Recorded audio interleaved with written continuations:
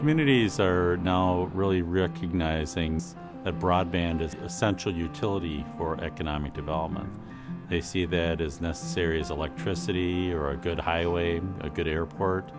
And so it's really a matter of making sure that both the services are there and that the people then can take advantage of those services for community vitality. Cook County and Gunflint Trail is a very special place, and the people who live there are people who have chosen to live in the wilderness, and but at the same time, very sophisticated community. The Gunflint is a 60-mile wilderness drive, dead ends up here in the bush, so we're not a thoroughfare to anywhere. Although Grand Marais is our address, people forget that it's another hour's drive into the wilderness country from there. Thank you for calling Gunflint Lodge. This is Katie. How can I help you?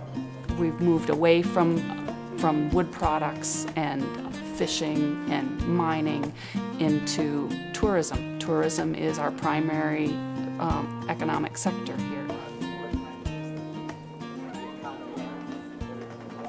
Well, this is our fishing license machine that we run for Minnesota fishing licenses, and it's on a straight dial-up line. We have a designated phone line for it.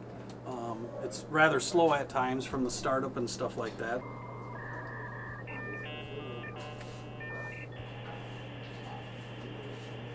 And if we get one little blip, whatever our credit card transaction or licensing transaction was, completely is voided and we must start all over again. Sometimes the simple move of selling a fishing license may take us 15 to 20 minutes, which should take a minute or two. And the area that we're at the distinct disadvantage of presently is we cannot take online reservations.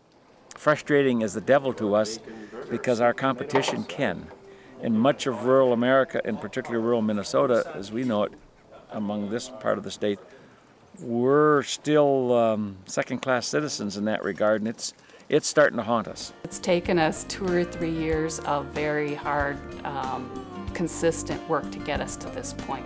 We've worked through several different models, several different ways to finance it, several different ways to own and operate an infrastructure to support the broadband ubiquitously everywhere. That's been a critically important factor of what we're trying to accomplish, is that it's available to everyone. We need to be patient. It is going to take probably up to 2 years before we're actually able to turn things on and really get going with what I believe is the most exciting next phase, is actually applying the tool to the needs that we've identified.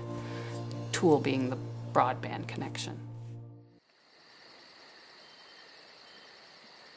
Western Minnesota is extremely rural and has lost population over the last decades, and so their whole survival is something that they really think about. Lac qui Parle has been amazing in the progress they've made in a short period of time, not only on the telecommunications network side, the fiber optic side, but on their training of businesses, their new mobile computer lab, and just a general enthusiasm for the project. I've never lived anywhere but Lac qui Parle County. Deep family roots and ties to this community. We think that it's the best place in the world to live. You know, we're a very rural county, so ag has probably a hand in a lot of the things that we do. I can see our community growing with the coming of broadband. This is our one opportunity to become more technologically advanced as a whole. The rest of the county has been looking to get broadband services, fiber connectivity into it, and so we've been talking with different folks throughout the years, and Pam Lehman came along and said, you know what, why don't we look at building the remaining part of the county with fiber to the prem? And we said, sure, we're interested in looking at it. What are you thinking? How should we do it? So we brought everybody to the table, the existing providers, the employers, the public sector, the government, the health care, brought all these people in, and everybody had great ideas, and everybody could really see where the benefit would come if we could make this happen. Lac qui Parle County's done a great job being able to pull that together, being able to really develop some broadband strategies as a county, and they saw this as the next logical step. Let's put the infrastructure to get it done. My great-grandfather started this farm in 1884, so it's been about 126 years now.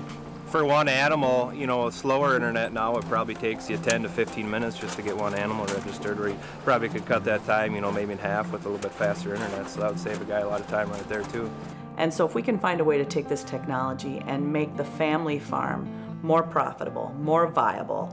And if you notice, there's keyboards here in these drawers. With the computer commuter, we're offering access for free, no charge at all. You can come in and use the computer, you can get internet access, and you also have access to help. It's one of those hands-on things. You've got to try it to find out about it. So that's going to do a couple things. It's going to increase the knowledge base, which then in turn should increase the demand for quality internet service. So it does all kind of roll in together into the whole project. So.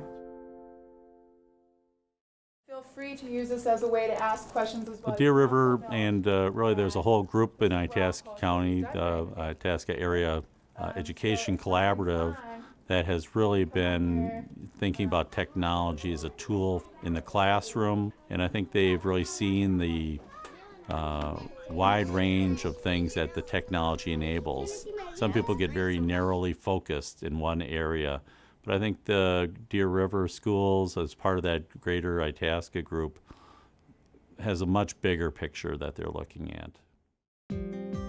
The Deer River School District covers 540 square miles, and we have about 850 children in those 540 square miles. It's very sparse, and that means a lot of miles for buses and a lot of time on buses for kids. The idea of socialization for children in the 21st century has a completely different than we're used to. How they connect to their peers is different. What a conversation means to them is different, and how they access information and learn. Students in the 21st century are used to and demand just-in-time learning.